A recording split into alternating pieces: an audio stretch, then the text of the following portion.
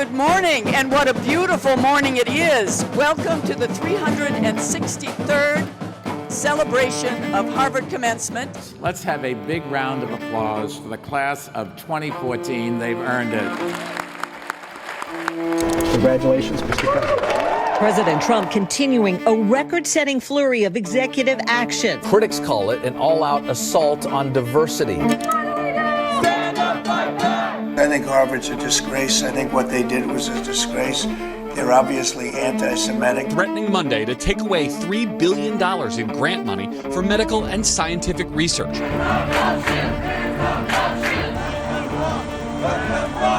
We're not going to fund your garbage. They're not going to be doing much grants anymore to Harvard. I will ask you one more time. Does calling for the genocide of Jews violate Harvard's rules of bullying and harassment? For this isn't a Ukrainian revolution or an Arab Spring, but a global revolution. This is the Harvard Spring.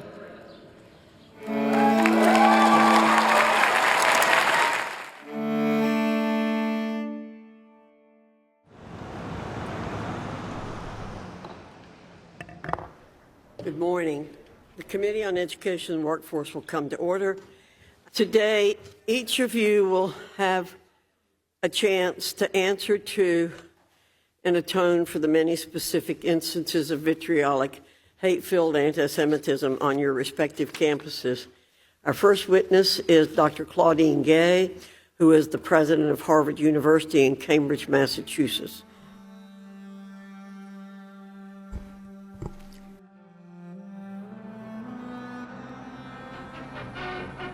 When degrees are conferred at New England's famous university, Harvard. Among the ranks of honorary graduates, you may observe the Governor-General of Canada, Lord Tweedsmuir, formerly John Buchan, the novelist. You may see him again in this posed group, alongside the president of the university. There was an advertisement from Time magazine that has on the cover every Harvard person who has been on the cover of Time magazine. And it's a 2-page spread of postage stamp-sized pictures. It's the force of its will, the enormity of its sheer influence, unrivaled and everywhere, nationally and especially locally, and the countless potentates of politics, literature, business, science, education, and every other activity deemed gainful under the sun. Got into Harvard Law. What, like it's hard? Harvard? Man, ain't it a lot of Richie people up there? Shit, I gotta roll up that joint, dog. But Harvard, gentlemen, is not just any joint. It's an institution. People have craved honorary degrees for years in such a way. I mean, I remember the story of Cardinal O'Connell. He couldn't rest until he finally got one to prove that the Catholics were legitimate. You're not legitimate until Harvard recognizes you. Among the ranks of honorary graduates is Walt Disney. No doubt you thought he was invented by Mickey Mouse or Donald Duck. But here he is, in the flesh. Mark Zuckerberg to at last earn his Harvard degree. As for any charges stemming from the breach of security, I believe I deserve some recognition from this board. Yet it is not, as is so often alleged, necessarily liberal. Harvard nourishes dissent and accommodates protest, but its alleged liberal bias is much overrated. Professor Derek Bell was the first black granted tenure at Harvard Law School back in 1969. Now he's taking a leave of absence until the school tenures its first black woman professor. To say in 1990 that there is no African-American woman in America qualified to be tenured on this faculty is both an error and a gross insult. The students held their sit-in in the dean's office overnight. Their major demands are for the hiring of 20 minority professors over the next 4 years and the hiring of a black female professor by this fall. Not 400 yards from where I stand, some 4 centuries ago, 4 enslaved people, Bilhah, Titus, Venus, and Juba, lived and worked in Wadsworth House as the personal property of the president of Harvard University. My story is not their story. I'm a daughter of Haitian immigrants to this country. But our stories, and the stories of the many trailblazers between us, are linked by this institution's long history of exclusion and the long journey of resistance and resilience to overcome it. At this moment of challenge in our nation and in the world, with the weight and the honor of being a first, able to say, I am Claudine Gay, the president of Harvard University.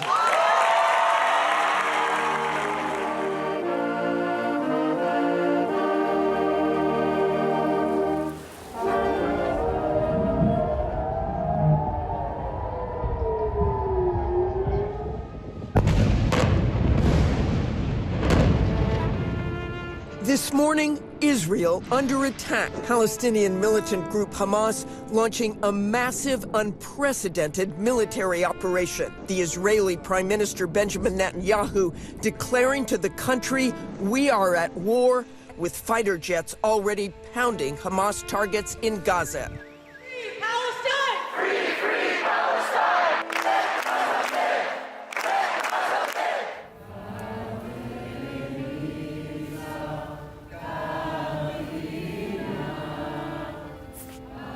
My name is Claudine Gay, and I'm the president of Harvard University. Our community still mourns those brutally murdered during the Hamas terrorist attack in Israel on October 7th. In the 2 months since the atrocities of October 7th and the subsequent armed conflict and humanitarian crisis in Gaza, we have seen a dramatic and deeply concerning rise in antisemitism. At the same time, I know members of Harvard's Muslim and Arab communities are also hurting. During these past months, the world, our nation, and our campuses have also seen a rise of incidents of Islamophobia. We have reiterated that speech that incites violence, threatens safety, or violates Harvard's policies against bullying and harassment is unacceptable. Harvard must model what it means to preserve free expression while combating prejudice and preserving the security of our community. Thank you. Ms. Stefanik, you're recognized for 5 minutes. Representative Elise Stefanik, the youngest woman ever elected to Congress. Congresswoman Liz Cheney ousted from her post, replaced by a Trump loyalist. Without further ado, let me introduce you to our new Republican Conference Chair, Elise Stefanik of New York. I also want to thank President Trump for his support. He is a critical part of our Republican team. So much of what drives truth and knowledge as we understand it in this country is fundamentally determined by and reinforced by the universities in this country. And there was a wisdom in what Richard Nixon said approximately 40, 50 years ago. He said, and I quote, "The professors are the enemy." In order to make America great and glorious again, I am tonight announcing my candidacy for President of the United States.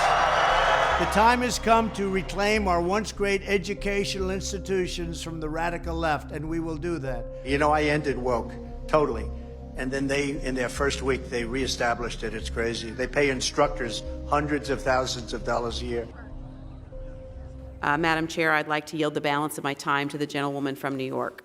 At Harvard, does calling for the genocide of Jews violate Harvard's rules of bullying and harassment? Yes or no? It can be, depending on the context. What's the context? Targeted as an individual, at an individual. It's targeted at Jewish students. I will ask you one more time. Does calling for the genocide of Jews violate Harvard's rules of bullying and harassment? Yes or no? Anti-Semitic rhetoric, when it crosses into conduct that amounts to bullying, harassment, intimidation, that is actionable conduct, and we do take action. So the answer is yes, that calling for the genocide of Jews violates Harvard Code of Conduct, correct? Again, it depends on the context. It does not depend on the context. The answer is yes, and this is why you should resign. These are unacceptable answers across the board.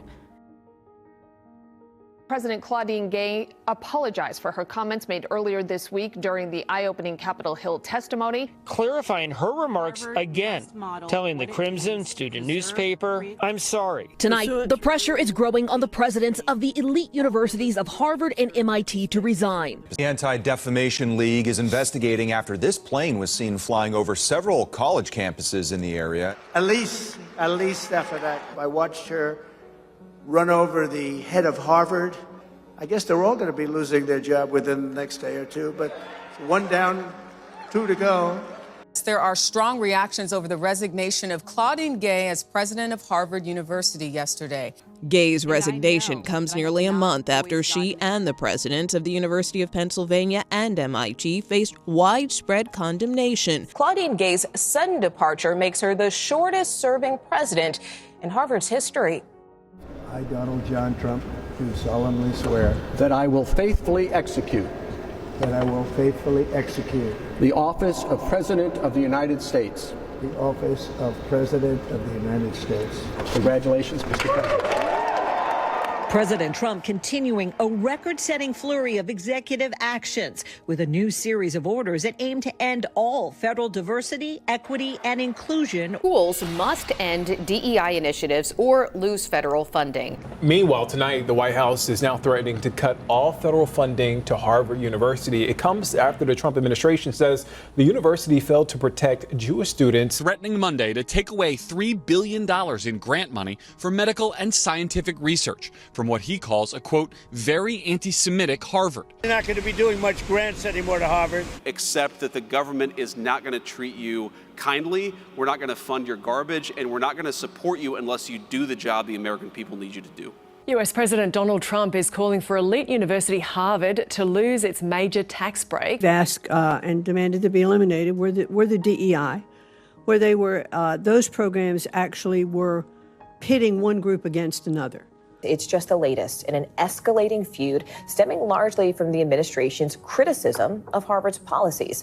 The Trump administration delivered a subpoena today to Harvard University regarding its student visitor and exchange program. Are you considering stopping other universities besides Harvard from accepting foreign? Well, we're taking a look at a lot of things. And as you know, billions of dollars has been paid to Harvard. How ridiculous is that? I would encourage us all to take note of the through line of misdirection that has been a central feature of this political moment. The truth here is that our government, the American government, is attacking higher ed and the university.